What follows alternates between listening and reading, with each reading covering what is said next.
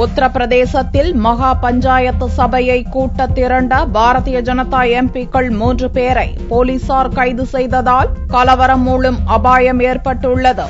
உத்தரப்பிரதேச மாநிலம் முசாஃபர் நகரில் கடந்த ஆண்டு செப்டம்பரில் ஜாட் இன மக்கள் மகா பஞ்சாயத்து சபையை கூட்டினர். அதற்கடுத்த நாட்களில் நடந்த மத கலவரத்தில் 60க்கும் மேற்பட்டவர்கள் கொல்லப்பட்டனர். இந்நிலையில் மொராதாபாத் மாவட்டத்தின் காந்த் பகுதியில் கோவில் விழாவில் ஸ்பீக்கர் மூலம் சத்தமாக பாடல்கள் ஒலிபரப்பப்பட்டதற்கு முஸ்லிம் மதத்தவர் எதிர்ப்பு தெரிவித்ததை அடுத்து இருதரப்புக்கும் பிரச்சினை ஏற்பட்டது. இதைத் தொடர்ந்து மொராதாபாத் மாவட்டத்தில் உள்ள காந்த் பகுதியில் வெள்ளியன்று மகா பஞ்சாயத்து சபையை கூட்ட பாரதிய ஜனதா கட்சியினர் தீர்மானித்தனர். அதை தடுக்க உத்தரப்பிரதேச அரசு 144 தடை உத்தரவு பிறப்பித்தது. தடையை மீறி பாரதிய ஜனதா எம்பிக்கள் குன்வர் சிங் தன்வார், சத்யபால் சைனி, நேபால் சிங் மற்றும் அக்கட்சியினர் காந்த் பகுதியை நோக்கி புறப்பட்டனர். பாரதிய ஜனதா எம்பிக்களை தடுத்து நிறுத்திய போலீசார் அவர்களை கைது செய்தனர். இந்நிலையில் முசாஃபர் நகர் மத கலவரத்தை தூண்டியதாக கைதான சங்கீத் சோம் உள்ளிட்ட சில எம்எல்ஏக்களையும் போலீசார் கைது செய்தனர்.